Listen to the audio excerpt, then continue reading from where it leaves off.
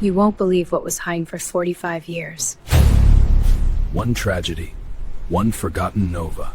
Less than a year later, Terry was tragically killed in a motorcycle accident. His family parked the Nova, closed the door, and left it there. This isn't just a 1972 Nova SS. It's a time capsule. Bought brand new in November of 1971. 45 years later, American Classics Autotrader discovered this incredible survivor and carefully brought it back to life. Still wearing its original paint. Rest in peace, Terry Shipley. Your Nova lives on.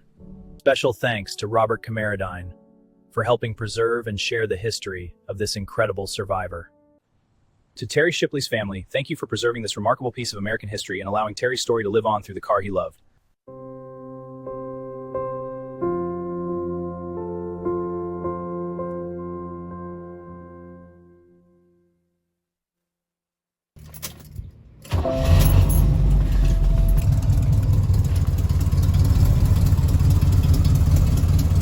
Okay, let's go.